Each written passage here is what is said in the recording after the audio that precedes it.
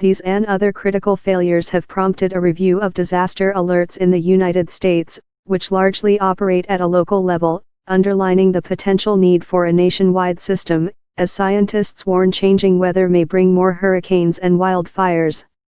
Miletti, a nationally recognized expert on disaster preparedness, is on a panel the Federal Emergency Management Agency, FEMA, convened this summer to improve the Integrated Public Alert and Warning System, or IPAWS, the platform established a decade ago for all U.S. emergency alerts.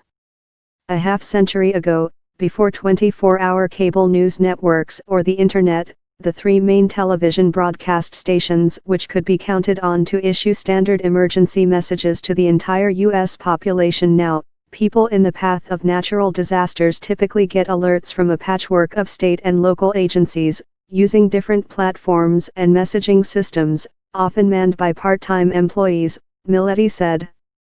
For example, in the state of California, warnings are issued by counties that sometimes outsource the job to someone else. You don't get too many good warnings in local communities where untrained amateurs are in charge, Miletti said. Human error is another key issue. A community of 10,000 people not in imminent danger from the car fire in Northern California, meanwhile, was evacuated by accident when somebody hit the wrong button, Shasta County Sheriff Tom Bozenko told the Sacramento Bee. And in January, many Hawaiians and tourists fled their homes and hotels when an emergency bulletin, sent by mistake, blared out, ballistic missile threat inbound to Hawaii.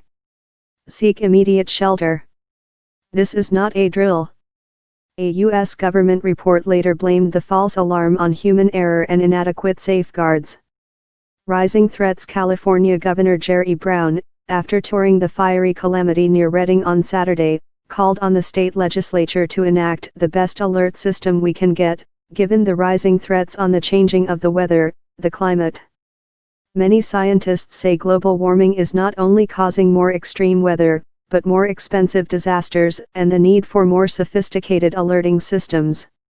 Hurricanes Harvey, Irma, and Maria combined with wildfires in the West and other calamities to make 2017 the most expensive year on record for disasters in the United States, costing $306 billion, according to the National Oceanic and Atmospheric Administration. False alarms and human error can pose a problematic cost-benefit equation, said Adam Rose, a professor at the University of Southern California's Sol Price School of Public Policy and Predictive Analysis expert. Is it better to be safe and have some evacuations that turn out be unnecessary, which can incur some economic costs and even create a slim danger of death or injury? Or is it better to not be safe enough? Miletti said his panel will recommend standardizing warning messages, so people in harm's way can immediately identify the sender, the danger, and what action they should take. Improved training of alert system operators can cut down on human error, he said.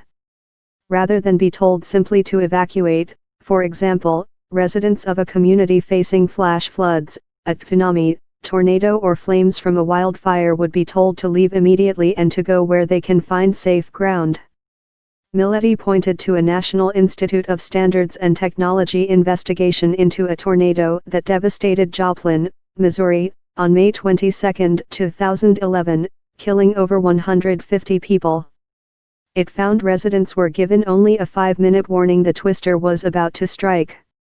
Many of the bodies first responders found were found holding cell phones, trying to get additional information, Miletti said.